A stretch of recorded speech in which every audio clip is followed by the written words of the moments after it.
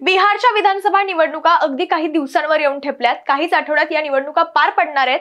अशातच राहुल गांधींनी बिहारच्या जवळपास 20 जिल्ह्यांमधून वोटर अधिकार यात्रा काढली आहे। खरं तर भाजपाकडून किंवा एकूणच सत्ताधारी पक्षांकडून काँग्रेसची इमेज डाऊन करण्याचा वारंवार प्रयत्न झाला असं बोललं जातं। पण तसं पाहिलं तर गेल्या काही वर्षांपासून बिहारमध्ये असणाऱ्या काँग्रेस पक्षाच्या कामगिरीचा आलेख ग्राफ हा सुद्धा झपाट्याने खाली येऊ लागलाय। मात्र आता काँग्रेसने बिहारमध्ये जी वोटर अधिकार यात्रा काढली ती 17 ऑगस्ट ते 1 सप्टेंबर अशी ही यात्रा राहिली। खरं तर देशात झालेल्या निवडणुकांच्या पार्श्वभूमीवर राहुल गांधी यांनी इलेक्शन कमिशनवर आणि भाजपवर आणि विशेषतः थेट पंतप्रधान नरेंद्र मोदींवर गंभीर आरोप करत पत्रकार परिषद घेऊन त्यातून खळबळजनक खुलासे केलेले।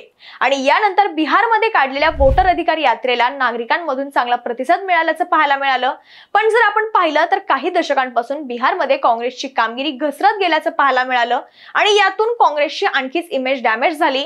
पण आता काँग्रेसने जी यात्रा काढली होती, जी वोटर अधिकार यात्रा, त्या यात्रेला मिळालेला प्रतिसाद पाहता काँग्रेसला बिहारमध्ये दमदार कमबॅक करण्याची संधी मिळू शकते अशा चर्चा सुरू झाल्यात। पण वोटर अधिकार यात्रेत असा कोणता प्रयत्न करण्यात आला ज्यामुळे काँग्रेस बिहारमध्ये दमदार कमबॅक करू शकते, तसंच आपली मतपेढी पुन्हा तयार करू शकते, हे सगळं सविस्तर पाहूयात आजच्या या व्हिडिओच्या माध्यमातून। नमस्कार, मी शीतल आणि तुम्ही पाहताय टीओडी मराठी। या संपूर्ण 12 किलोमीटरच्या यात्रेमध्ये बिहारच्या 38 जिल्ह्यातील 20हून अधिक जिल्ह्यांपर्यंत तसंच 60 पेक्षा जास्त विधानसभा मतदारसंघांमध्ये थेटपणे तर 200 विधानसभा मतदारसंघांमध्ये इनडायरेक्टली पोहोचण्याचं प्लॅनिंग हे काँग्रेसकडून करण्यात आलं होतं। या सगळ्यांमध्ये ओबीसी, दलित, आदिवासी, मुस्लिम, अतिमागास या मतदारांपर्यंत पोहोचून मतचोरीनं त्यांचा मताधिकार कशा प्रकारे हिरावून घेतला जाऊ शकतो आणि याचा आपल्या सामान्य जीवनावर आणि भविष्यावर कशा प्रकारे परिणाम होऊ शकतो या सगळ्याबाबत त्यांना सांगण्याचा प्रयत्न करण्यात आला। या वोटर अधिकार यात्रेमध्ये सामाजिक न्यायाच्या मुद्द्यासोबतच म्हणजे संविधान रक्षण असो, तसंच आरक्षणाची 50% मर्यादा जी आहे ती हटवणं असो, या सगळ्यासोबत प्रामुख्याने मतदार यादीतून नाव हटवल्यानंतर सरकारच्या पेन्शन तसंच रोजगार हमी योजना, रेशन यांसारख्या योजनांपासून आपण कसे वंचित राहू शकतो याचा प्रचार करण्यावर भर देण्यात आला। खरं तर आपल्याला स्पष्टपणे लक्षात येतं की मतदार पडताळणी मोहिमेतून ज्या प्रकारे मतदार वगळले गेले त्यातून बिहारमध्ये असणारे नेते म्हणा किंवा पक्ष यांना एक आयता मुद्दा मिळाला ज्यावरून त्यांना सरकारला थेट टार्गेट करता येऊ शकतं। अशातच महाआघाडीचे नेते तेजस्वी यादव यांनी बिहारमधील जनतेसाठी सत्ता आल्यावर कोणकोणत्या सोयी सुविधा देणार किंवा त्यांच्यासाठी काय काय करणार याची घोषणा केली आणि ती घोषणा करत असतानाच बिहारचे आत्ताचे मुख्यमंत्री नितीश कुमार यांच्या सरकारने सुद्धा लाडकी बहीण योजनेसारखी महिलांसाठीची योजना तसंच मोफत वीज बिल यासारख्या योजनांची आश्वासनं द्यायला सुरुवात झाली।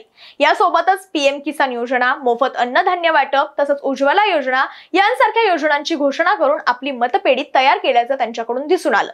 या सगळ्याचा परिणाम, या सगळ्या योजनांचा परिणाम हा आपल्या बाजूने म्हणजेच महाआघाडीच्या बाजूने असणाऱ्या मतदारांवर होऊ शकतो हे महाआघाडीच्या लक्षात आलं असून महाआघाडीच्या समोर हे एक मोठं आव्हान होतं। अशातच देशभरात निवडणुकीच्या पार्श्वभूमीवर जो काही गोंधळ सुरू झालेला आणि विशेषतः महाराष्ट्रातल्या विधानसभा निवडणुकीनंतर बोगस मतदानाचा जो मुद्दा समोर आला तो संपूर्ण विषय काँग्रेसने अजेंड्यावर घेतला।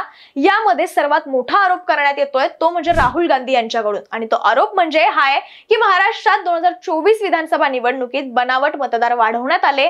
मात्र त्याकडे इंडिया आघाडीतील शिवसेना उद्धव बाळासाहेब ठाकरे तसंच शरद पवारांचा राष्ट्रवादी काँग्रेस पक्ष हे पक्ष जर अपवाद वगळता अन्य पक्षांनी पाठिंबा हा विचारपूर्वक दिला होता। अशातच बिहारमध्ये राष्ट्रीय जनता दलाची चिंता वाढली आणि त्याचं कारण आहे मतदार याद्यांची सुरू झालेली शुद्धीकरण मोहीम।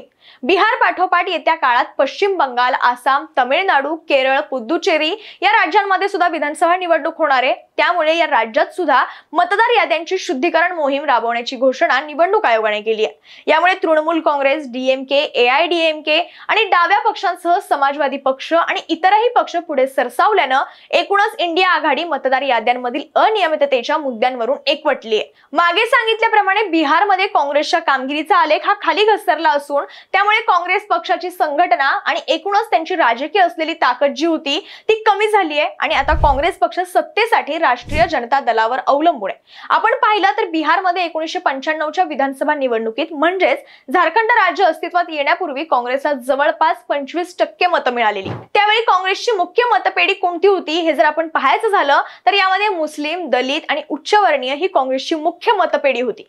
आणि माहितीसाठी जर सांगायचं झालं तर 1995ची विधानसभा निवडणूक म्हणजे तीच निवडणूक होती ज्या निवडणुकीत बिहारमध्ये जनता दलाचा पाया हा मजबूत झाला। आणि काँग्रेसच्या मदतीने लालू प्रसाद यादव यांचं तिथं सरकार आलं।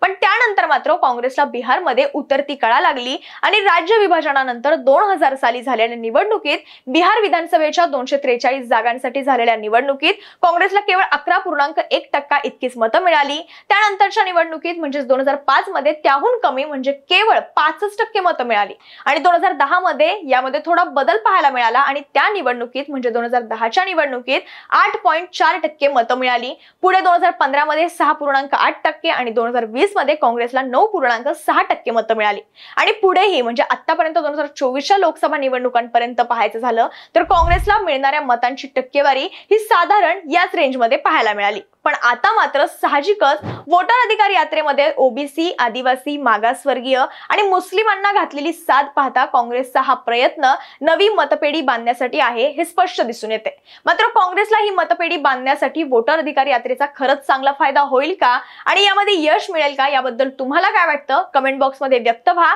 आणि टीओडी मराठीला सबस्क्राइब करायला विसरू नका।